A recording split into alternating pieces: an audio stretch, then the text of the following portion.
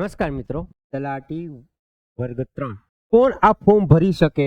તો સ્નાતક છે ભરી શકશે. વય મર્યાદા તો 20 વર્ષથી 35 વર્ષ. 10/6/2025 ના રોજ 35 વર્ષથી એક દિવસે વધારે હશે તો નહીં ચાલે, અને 20 વર્ષથી એક દિવસ નાના હશે તો પણ નહીં ચાલે. અનામત માટે જે 5 થી 10 વર્ષની છૂટછાટ આપેલી છે એની આ વેબસાઇટ ઉપર તમે ફોર્મ ભરી શકશો. 26/5 થી શરૂ થઈ ગયેલા છે, 10/6 સુધી છે, પણ 10/6 સુધી રાહ નહીં જોવાની, બને એટલું વહેલું ભરી દેવાનું. પરીક્ષા ફી બિન અનામત માટે 500 રૂપિયા છે, અનામત વર્ગ માટે 400 રૂપિયા છે. 40% ઉપર જો તમારે માર્ક આવે તો ફી તમને પરત મળે. આપણે ઓનલાઈન ઓફલાઈન બેચ શરૂ થાય છે. પાસ ન થાવ તો ફી પરત. યસ, 50% ફી તમને પરત મળી જશે. ઓનલાઈન ફી અત્યારે આપણે 15,000ની જગ્યાએ માત્ર 7,000 છે. આજે પાસ ન થાય તો ફી પરત એ જે છે આપણે માત્ર ઓફલાઈન માટે છે. ઓફલાઈનની ફીઝ આપણે 25,000ની જગ્યાએ માત્ર ને માત્ર 10,000 રૂપિયા રાખેલી છે. વહેલા તે પહેલાના ધોરણે એડમિશન આપશું. કોઈ મિત્રને માત્ર મટીરિયલ જોઈએ છે તો માત્ર 2100 રૂપિયામાં 2,000 રૂપિયા મટીરિયલ અને 100 રૂપિયા કુરિયર ચાર્જ. કુરિયરમાં તમને મળી જશે. આ QR કોડ છે, QR કોડથી તમે રજીસ્ટ્રેશન કરી શકશો. ત્યારબાદ એડમિશન માટે તમને જે વોટ્સઅપ આવી જશે એટલે અહીંયા તમારું રજીસ્ટ્રેશન કરી નાખજો. આ સિવાય લિંક પણ તમને ડિસ્ક્રિપ્શનમાં મળી જશે. આ સિવાય B.Ed PTC વાળા મિત્રો છે તો ઓબીએસ છે એ ટેટ ટાટની પણ તૈયારી કરશે અને મહેસૂલ તલાટીની પણ તૈયારી કરશે. તો ટેટ ટાટનો કોર્સ પણ સાથે એને ફ્રીમાં આવી જશે. જો મહેસૂલ તલાટીનો કોર્સ લેશે તો એમાં આવી જશે. જે મિત્રોએ ઓલરેડી ટેટ ટાટનો કોર્સ લીધેલો છે એમને આ ફ્રી મળી જશે. તો રજીસ્ટ્રેશન કરી દેજો વહેલી તકે. પરીક્ષા શું હશે? અત્યારે જે આપણે બેચ શરૂ કરી છે પ્રિલિમ પરીક્ષાની આપણે બેચ શરૂ કરવાના છે. MCQ હશે 3 કલાક. એમાં ગુજરાતી 20 માર્કમાં છે, અંગ્રેજી 20 માર્કમાં છે, બંધારણ, જાહેર વહીવટ, અર્થશાસ્ત્ર એ 30 માર્કમાં હશે, ઇતિહાસ, ભૂગોળ અને સાંસ્કૃતિક વારસો થઈને 30 માર્કમાં હશે, પર્યાવરણ વિજ્ઞાન છે 30 માર્કમાં હશે, વર્તમાન પ્રવાહ 30 માર્કમાં હશે અને ગણિત અને રીઝનિંગ છે 40 માર્કમાં હશે. એ રીતે 200 માર્કનું પેપર હશે. 200 પ્રશ્નો હશે, 200 જે છે પ્રશ્નો અને ગુણ હશે. માઇનસ સિસ્ટમ છે. ખોટો લખો તો -0.25 થશે. ટીક કરો તો માઇનસ પણ ના થાય ને પ્લસ પણ ના થાય.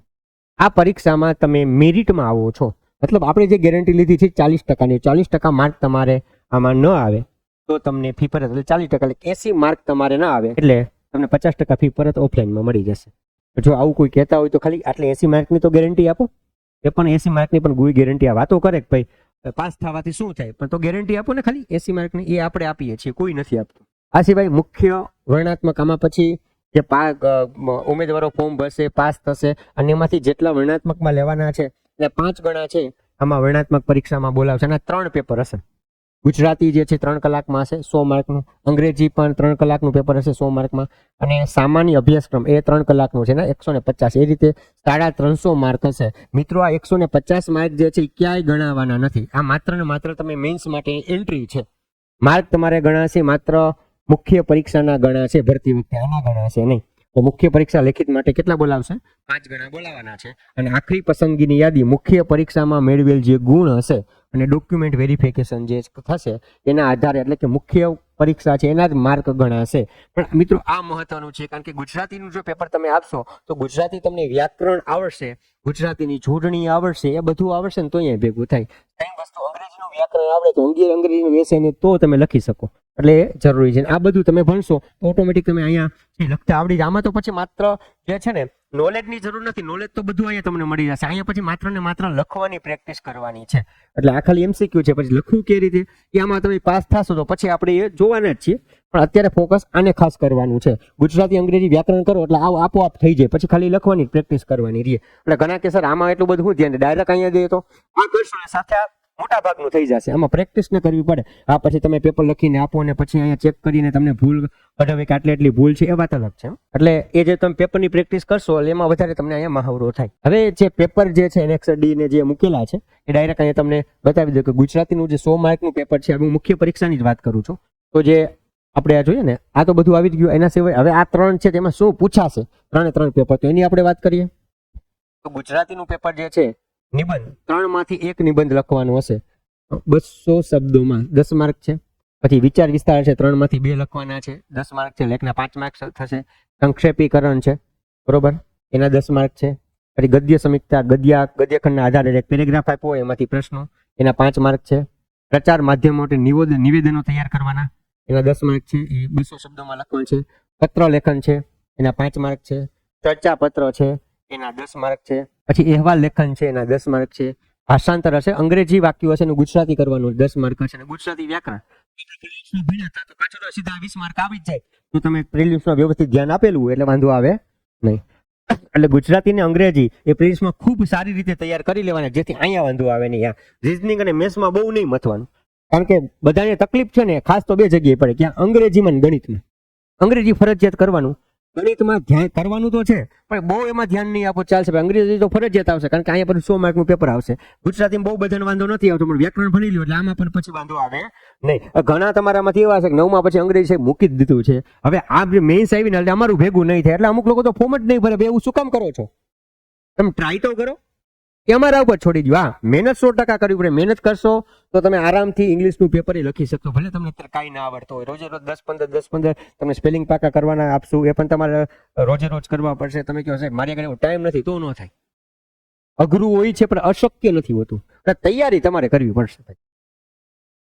ગુજરાતી વ્યાકરણ જે છે એમાં રૂઢિપ્રયોગ છે, કહેવત છે, સમાસ છે, છંદ છે, અલંકાર છે, શબ્દ સમૂહ છે, જોડણી શુદ્ધિ છે, લેખન શુદ્ધિ છે, સંધિ છે અને વાક્ય રચના છે. આ બધા થઈ અને 20 માર્ક એટલે આ બધી જ વસ્તુ ભણ્યો એટલે આ તો તમારે પ્રિલિમ્સમાં ભણાવીને 20 માર્ક તો સીધા રોકડા થઈ ગયા. સમજાય છે? એટલે ગુજરાતી આ રીતે 100 માર્કનું હતું. હવે અંગ્રેજી તો એમાં પણ એસે હશે, એના 10 માર્ક છે. લેટર રાઇટિંગ છે એના 10 માર્ક છે. રિપોર્ટ રાઇટિંગ છે એના 10 માર્ક છે. રાઇટિંગ ઓન વિઝ્યુઅલ ઇન્ફોર્મેશન છે એના 10 માર્ક છે. ફોરમ સ્પીચ છે એના 10 માર્ક છે. પ્રેસિસ રાઇટિંગના 10 માર્ક છે. રીડિંગ કમ્પ્રેશન એટલે આમાં પેરેગ્રાફ ઉપરથી પ્રશ્નો એના 10 માર્ક છે. આ 20 માર્ક પાછા રોકડા. ટેન્સ ને વોઇસ ને આ બધી વસ્તુ, આ બધું પાછું વ્યાકરણનું રહેવું. પ્રિપોઝિશન ને ફ્રેઝલ વર્બ ને સિનોનિમ્સ એન્ટોનિમ્સ ને આ બધી વસ્તુ છે આપણે ભણ્યા પાછી એવું. અને છેલ્લે ટ્રાન્સલેટ આવશે 10 માર્કમાં. તો આ 100 માર્ક છે. એટલે આ તમે જુઓ ને તો આ 20 અને આ 10 આ ભાંગું તૂટું આવડી તો જાય જ. તમે કહો આ નહીં પણ આમાં થોડુંક તો તમે મહેનત કરો તો 50% જ પહોંચી જાઓ. અને આ તો તમે પ્રિલિમ્સમાં તૈયારી કરી હોય એટલે આવડી જાય. ભલે તમે 9માં પછી અંગ્રેજી મૂકી દીધું હોય, મહેનત કરો તો લાગી જશો ભાઈ. પછી છે પેપર 3 ગુજરાત અને ભારતનો ઇતિહાસ 15 માર્કમાં પૂછાશે. સાંસ્કૃતિક વારસો 15 માર્કમાં પૂછાશે. ગુજરાતી અને દેશની ભૂગોળ 15 માર્કમાં પૂછાશે. વિજ્ઞાન ટેકનોલોજી 10 માર્કમાં પૂછાશે. પ્રાદેશિક રાષ્ટ્રીય આંતરરાષ્ટ્રીય મહત્વની ઘટના વર્તમાન પ્રવાહો છે 30 માર્કમાં પૂછાશે. ભારતીય રાજ્ય વ્યવસ્થા અને બંધારણ 20 માર્કમાં પૂછાશે. ભારતીય અર્થતંત્ર અને આયોજન 15 માર્કમાં પૂછાશે. જાહેર વહીવટ શાસન સરકારની યોજનાઓ 20 માર્કમાં પૂછાશે. જાહેર સેવાના શિસ્ત અને નિયમિતતાના 10 માર્કમાં પૂછાશે. આ મોટા ભાગનું છે આપણે પ્રિલિમ્સમાં જીકેમાં ભણ્યું જ બધું આવી ગયું. ઓમાં MCQ લખવાનું, એમાં સવિસ્તાર કઈ અઘરું નથી, હારે થઈ જ જાય ભાઈ. માર્કના પ્રશ્નો હશે 10 અને 10 માર્ક. 2 માર્કના પ્રશ્નો છે 10 એના 20 માર્ક. 3 માર્કના પ્રશ્નો 30 હશે એના 90 માર્ક. 5 માર્કના પ્રશ્નો છે 6 એના 30 માર્ક. 150 માર્ક આ રીતે થશે. એટલે આમાં અઘરું કાંઈ છે નહીં. મહેનત કરો, બરાબર. મહેનત કરવાની જરૂર છે. કેવી રીતે મહેનત કરવાની એ અહીંયા આપણે કરાવવાના જ છીએ. જો તમે હજી રજીસ્ટ્રેશન ના કરાવ્યું હોય તો રજીસ્ટ્રેશન કરાવી નાખજો. આ સિવાય ક્લાસનો નંબર છે 92777008 ઉપર કોલ કરીને પણ માહિતી મેળવી લેશો. કોઈ પણ સેજ પણ તમારો સમય બગાડ્યા વગર ખૂબ જ ટૂંકમાં તમને માહિતી બધી આપી દીધી છે. આ સિવાય આની PDF જોતી હોય તો ક્લાસના નંબરમાં તમે WhatsApp કરજો અથવા કોલ કરજો. તમને PDF ને બધી જ વસ્તુ છે ને WhatsAppમાં મળી જશે.